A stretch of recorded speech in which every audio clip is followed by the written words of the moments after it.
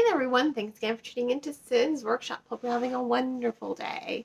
So today we're going to be talking about Angel of the Overpass by Shannon McGuire. I don't know why I can't say their first name. I did know how to say it and now I just don't. Second cup of coffee today. I had work really early this morning at the bookstore, so I'm kind of like, not used to waking up so early. But regardless, this is going to be an exciting review. You know why? Because I love this book. It was great. I have to say this is the third book I've read of this series. I've read the entire series basically. The Sparrow Hill Road, The Girl in the Green Silk Dress, and Angel of the Overpass. I love the covers. But I love Rose, and the story really does bring the story of Rose and Bobby Cross to a fabulous conclusion. I mean, it just felt natural how the story progressed. It felt like this is the way it should have gone, but it's not predictable. And I know I said that I reviewed a book, a little while ago as well. I said the exact same thing, and that's because it's one of those things that I'm really starting to notice when I'm reading. It's just when I get to the end, I'm like, yeah, this feels like a natural ending to the story while not being predictable. That's what I took away from it, and that's what I like about it, how it's not predictable. The last thing I need is for the story to go in a way that I'm going to predict. It's that, and then it's boring. It can still be a good story. I've read stories like that where I'm just like, I knew it. But there's less oomph, you know what I mean, when you're reading a story like that. And that's why I liked, ooh, wow, lighting just got really... Right, storm clouds. It's hurricane season here in Florida. So these storm clouds are like sunny 1 minute, cloudy the next. In any case, I love stories that are like that. I love stories that have that natural progression, that flow in such a way that are honestly are unpredictable, but it still feels like, yeah, this is the way the story was supposed to go, and the story is following Rose and Bobby Cross. You've seen them through books 1 and 2 if you've read the series. So Bobby Cross, he was a star of the silver screen in the 1950s, and in order to keep his youth, he made a deal with the Crossroads. They're this entity, this not great entity, to keep his youth. And the Crossroads like, okay, sure, we'll give you your youth. However, in order to keep your youth, this is what you got to do. Excuse me. They gave him a car. That car, they're like, okay, here's your car. In order to keep your youth, you have to run people off the road and capture their ghost in your car to feed your engine. That's how he stays young. And Rose just happened to be one of his victims. She was on her way to her prom, and he ran her off the road. However, she's the one who got away. Luckily for her, her boyfriend came looking for her, not knowing she was a ghost, and she hitchhiked, and he took her home.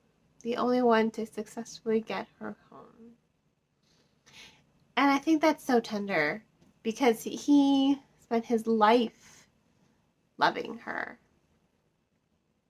His entire life loving her, to the point where when he died, he had her car restored so that he could join her in the twilight. That's what you call it. There are different levels as well that you uncover in the story. There's the starlight, the twilight. I think one of the levels is the midlight. There are different layers in which ghosts, depending on how old these ghosts are, that they live. And I think that's great mythology right there. I loved it. Um, but for Rose, now she's a hitchhiking ghost. So she's been hitchhiking since the 1950s, and now the crossroads are dead. She's been hitchhiking and running from Bobby her entire ghost life because he still wants her ghost in his engine. And now that she's got a lot of miles behind her, she can power his engine and his youth for years to come, he thinks. So the crossroads are dead. They're gone. They've been destroyed.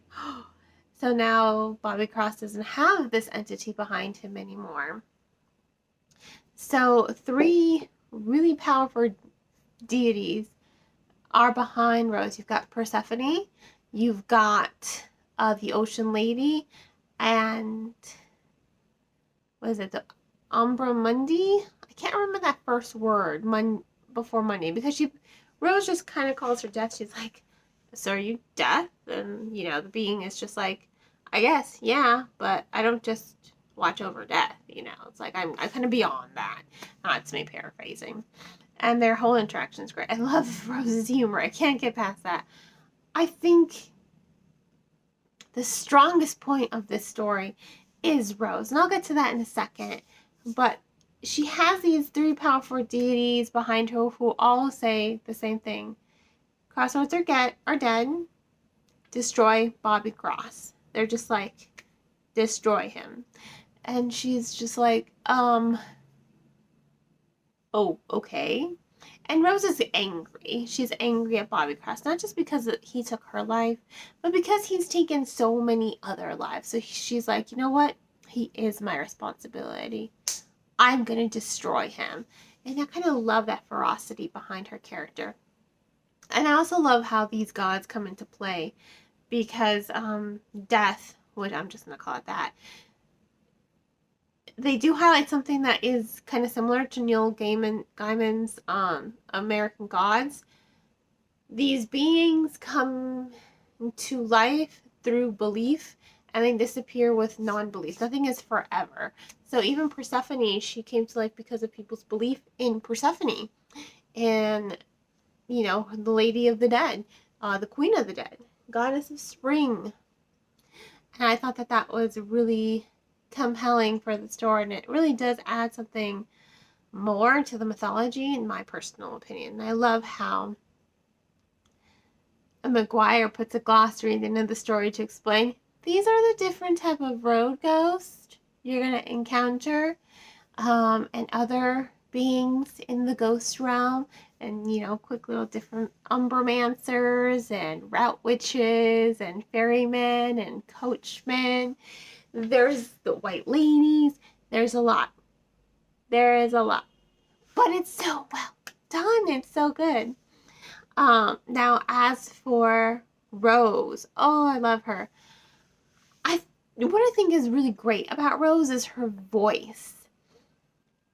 I mean, honestly, when you're reading the book, she's telling a story, and it's almost like she's breaking the first wall, but she's not really. And I like that because the author is doing it.